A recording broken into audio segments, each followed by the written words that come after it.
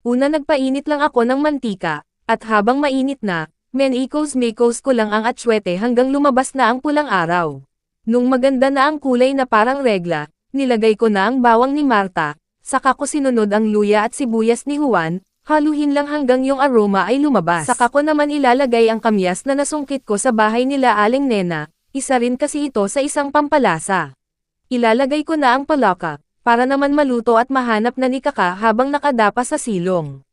Maglalagay din ako ng patis, para mas malinamnam ang lasa ng palaka, pampawala din ito ng lansa. Maglalagay din ako ng magic sarap at paminta. Pag medyo luto na ilalagay ko na rin ang gata ng niyog, para mas malasa at malinamnam.